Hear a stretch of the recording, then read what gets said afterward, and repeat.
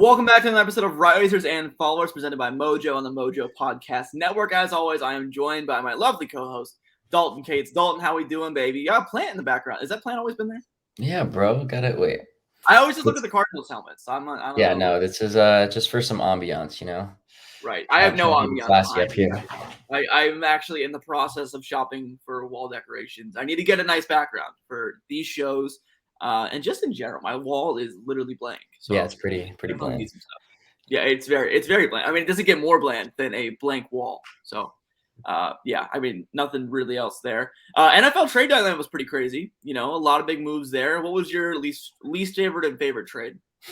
My favorite was probably the TJ Hawkinson one, just because came out of nowhere. Like I love surprising trades, especially like a interdivision trade. Vikings have been getting like no production out of their tight ends and a pass-happy offense. That one was crazy to me. So I love seeing just stuff like that. I'm curious to see how he does with the Vikings. I think it'll be a nice little fit there alongside Thielen and Jefferson. Yeah, my favorite one was probably Claypool to the Bears. Well, I'm a Steelers fan, so I'm happy to get a second-round pick for a guy who doesn't produce much. But also, it's going to be really interesting to see how he performs in Chicago with Justin Fields. But yeah, trade deadline was amazing. A lot of big moves there.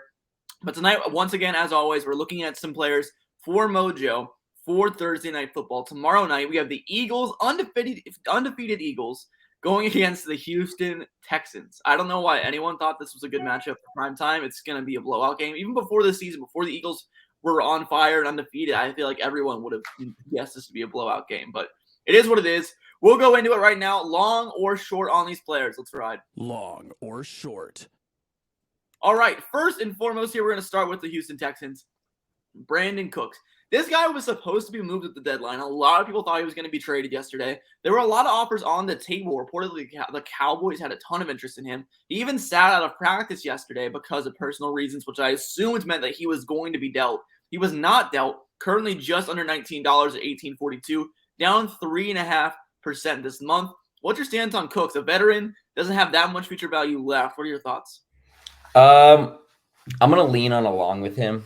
Guys who've been as productive as Cooks over his career tend to, continue to produce into their early 30s. And, I mean, right now he's kind of in a weird situation, but he's still the number one target. Nico Collins is out. Like, I don't know how his frustration with the team is and how that's going to play into his on-field performance, but I think he's there for the rest of the season and he's going to get targets and he's still going to be productive this year. And then there's an opportunity for him next offseason to go to a better team as he's entering his 30s. Like, I still think there's 3 to 4 decent seasons from Cooks. I don't know if he's going to be the same player he was in the past, but he's still a productive receiver, good deep threat. Like, I expect him to produce the next few years. Yeah, I like it. I mean, he doesn't have that much future value left on Mojo. I think if he has a couple productive seasons and a change of scenery could really benefit him with a better quarterback. I like Cooks all along. Up next, one of my favorite players in the NFL so far this season, Damien Pierce. In an interesting situation for a guy who got not the best draft capital, been balling out so far this season. Long or short on Pierce? Under $10 still. I'm going to short him. And the thing is, it's not that he's been bad. He's been actually really good. He's been excellent. We see it a lot with NFL teams of when they draft players, right? We saw Elijah Mitchell have 1,000 yards as a rookie, and he was a 5th-round pick. And then what do? They draft Tyrion Davis-Price, and then they go ahead and they trade for Christian McCaffrey. And a lot of times we just see teams that haven't invested a lot into players still go ahead and seek someone else out. Texans are going to be pretty bad. They're going to have opportunity to do a lot of things this offseason. And if Pierce – so the thing is, if you're longing Pierce, right, at his price, you need a couple things to happen. One is you need the Texans to completely avoid doing anything this offseason. And then you need him to still produce and continue to do that. So there's a couple outs you have to get in order there. I think they're definitely going to draft a running back. I mean, right, exactly. If you're shorting him, there's a couple things scenarios that could happen in which, his price deteriorates. One, like we've seen this with running backs, especially young running backs recently. They get hurt. Like they could have a great trajectory on their career and then they get hurt. and then their price suddenly tanks and, a serious injury. And then it's like, all right, they got to battle through adversity to come back off the serious injury. And then their first year back, they might not be as productive. So there's a lot of outs in which you can potentially get there with that short on Pierce. And right now at $10, like he's only accumulated like just over $1 of that. So I have some questions about his long-term longevity, even though he's been great.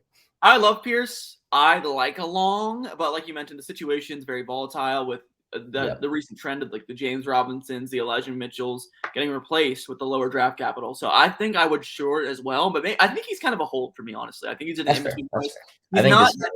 He's not that expensive. I think he's at a decent price for a guy who's playing really well. I think he definitely will continue to go up this season, but maybe long-term he'll be a short. But I think for now he's a buy for this season. So maybe we disagree a little bit there. All right, last one for the Texans here before we go to the Eagles. Davis Mills, Mr. Big Neck. I mean, just look at that neck size. He's down 8.5% this month, $17.61. I mean, let's keep this one short and simple.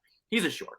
You know, they're going to replace him. There's no way he's the long-term starting quarterback for the Houston Texans. There's no way, right? Mm-hmm. Yeah, no, I think based off his rookie year, he showed enough to prove that he deserves some sort of opportunity this season. And what we've seen is him, be one of the worst quarterbacks in the league. Right. They didn't invest a lot into him up front. Like their position right now to have the number 1 overall pick, I would say even if they start winning games, it's still very likely they're going to have a top 5 pick. There's a couple top quarterbacks coming out. We know Bryce Young, C.J. Stroud, people like Will Levis, Hendon Hooker potentially could be in that mix. There could be another surprise guy that, NFL scouts like a lot that gets pushed up there. So I think this year versus last year when they were sitting at number 3, like they didn't like the quarterback class. And this is the kind of the opportunity for them to get the franchise quarterback. So I think all signs point to the Texans drafting quarterback and getting that franchise guy. And then you have to ask the question about Davis Mills and what that means for him is now he's likely to be a backup. He's still going to be another rookie contract. Like they're probably not going to trade him. He also hasn't shown enough this year to have another team excited about trading for him as a starter, right? He's probably like in that backup quarterback realm who can get some spot starts here and there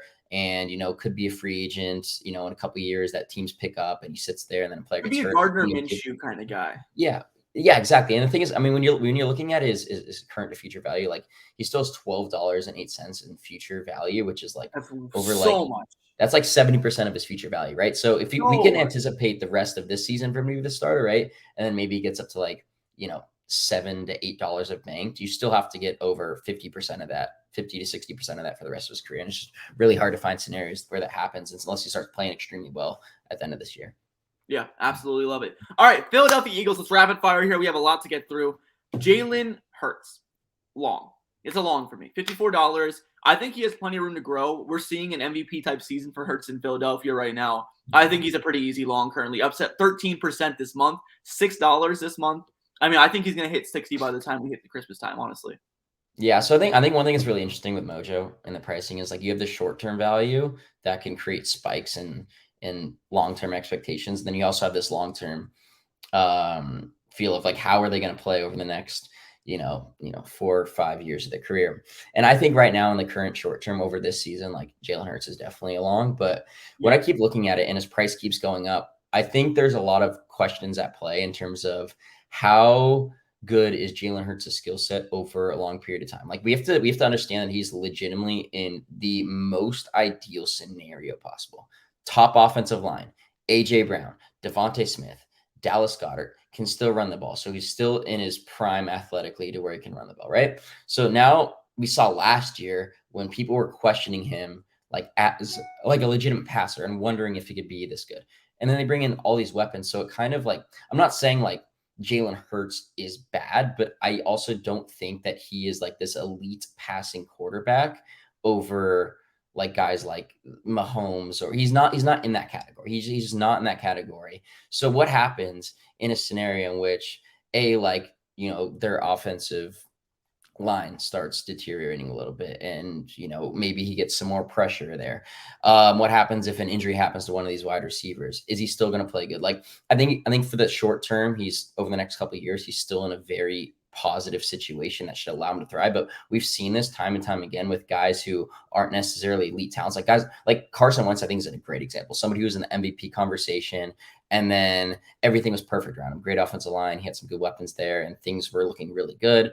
And then, a few years later, this perception of who Carson Wentz is really changed. And I think that's going to happen with Jalen Hurts at some point. And I'm not saying that it's going to happen right now, but I think at some point, and this is not to say he's a bad player. He's been playing better than what his actual skill set is right now. And I think, if we're looking at Jalen Hurts 4 or 5 years to now, when his scenario is not exactly perfect for him, I think there might be a little bit more questions about his longevity as a starter. And I think it's kind of a hot take to say that right now, but I think it's fair to say that he's in a perfect situation, playing amazing. He's literally done everything perfect, like in this scenario. But such scenarios change, things change in the NFL. It's a constant.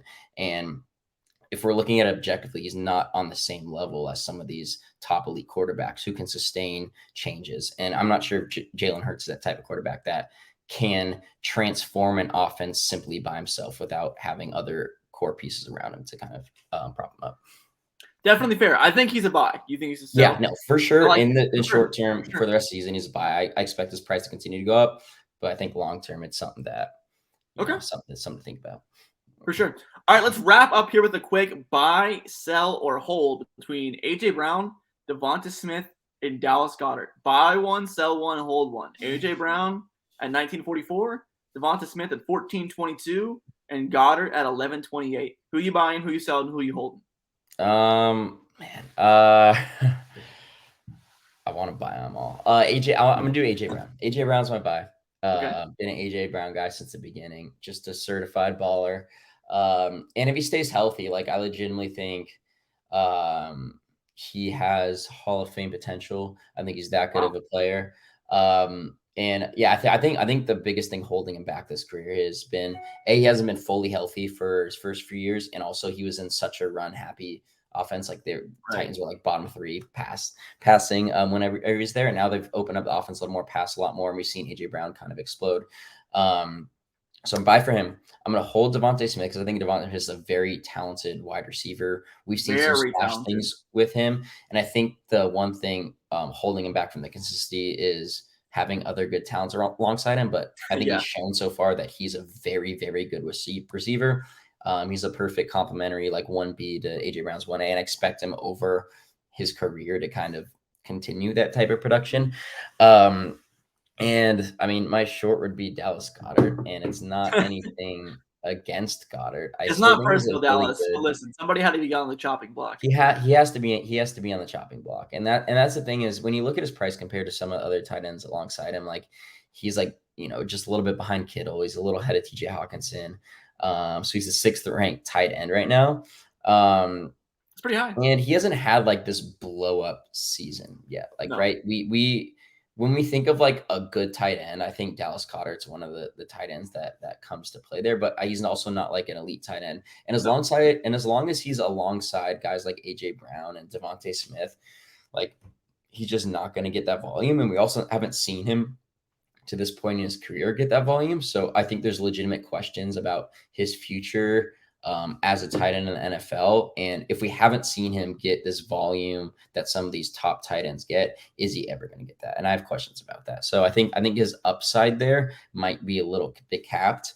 But other than that, like I think all peripherals around Goddard show that this can be a guy who over the next like 4 or 5 years is still like giving like good, consistent tight end production in this offense. So I don't know. I mean, if you look at his mojo value, right, and look at his he has $6.56. So basically like 63% of his future value is still baked in there. So if there was somebody to short there, I would short him.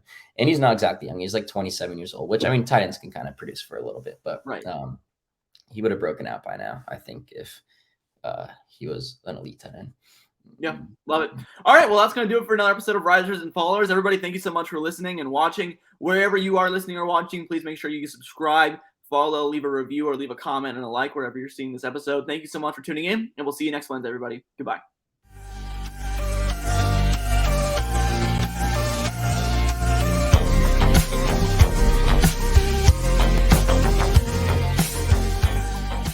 Must be 21 or older to gamble. You must be in New Jersey to trade on Mojo. Gambling problem? Call 1